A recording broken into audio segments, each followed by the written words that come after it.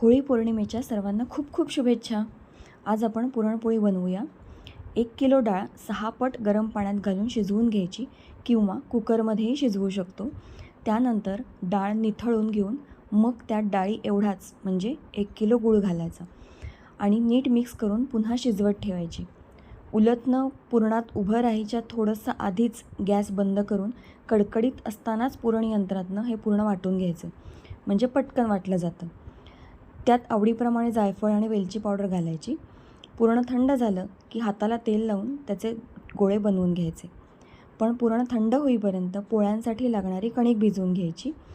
1 kilo डाळ असेल तर पाव किलो मैदा आणि पाव किलो कणिक असं एकत्र करून त्यात किंचित हळद आणि मीठ घालायचं. कणिक खूप मऊ भिजवायची.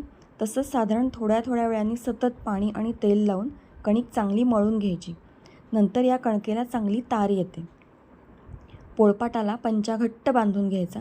त्यावर थोडंसं तांदूळ पीठही लावून घ्यायचं आणि हाताला तेल लावून साधारण आवळ्या एवढी कणिक घेऊन त्यामध्ये पूर्ण नीट भरून घ्यायचं आणि अगदी हलक्या हाताने पोळी लाटायची.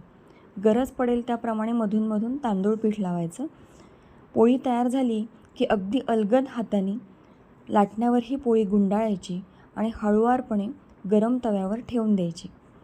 दोन्हीही बाजूनी छान खरपूस अशी नीट पुरणपोळी भाजली की पुरणपोळी तयार होते.